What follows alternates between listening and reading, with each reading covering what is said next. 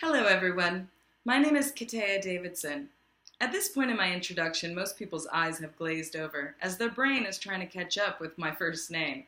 If people are feeling really brave, they'll say something like, Katean, what a beautiful name, which leaves me wondering, where did they get the N from? Am I pronouncing my own name wrong?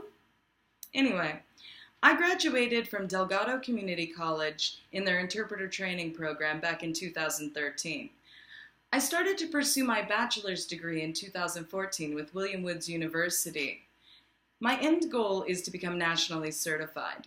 My plan is, after I graduate this fall, thank you, I will be taking my EIPA, that's the Educational Interpreter Performance Assessment, with hopes of good feedback so that I can then get my national certification.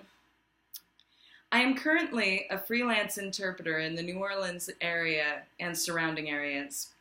My job allows me to work in different settings every day, and I really enjoy the challenge and learning something new. Right now, the demand for interpreters is really high. We're having flooding in the Baton Rouge and Denham Springs area. There are thousands of displaced people, and many of them are deaf. I live deep in the heart of New Orleans, right next to the French Quarter, with my husband Donnie, our daughter, and 3 dogs and a cat.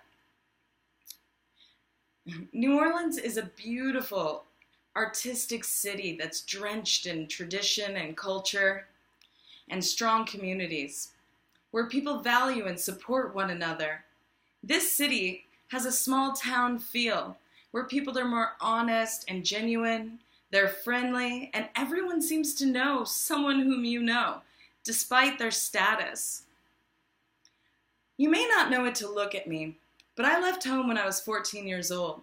My options were very limited, and as I watched my whole entire group of friends drop out of school and become teenage mothers by 15, I knew I needed to escape.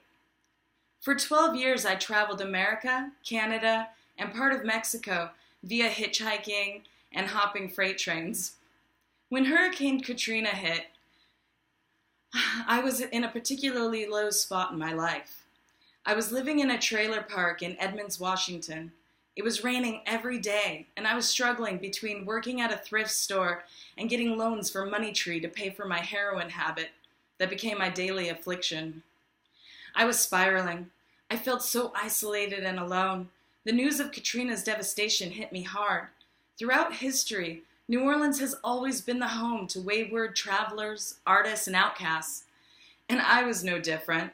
I had been to New Orleans many times in my years of traveling, and I knew in my heart that New Orleans was where I needed to be. I made the decision to quit heroin, and I talked to my then co-worker into traveling with me to New Orleans. 9 years later, that co-worker is now my husband and father of our beautiful 7-year-old daughter, Odessa. We arrived in New Orleans in 2007 and worked demolition and mold removal.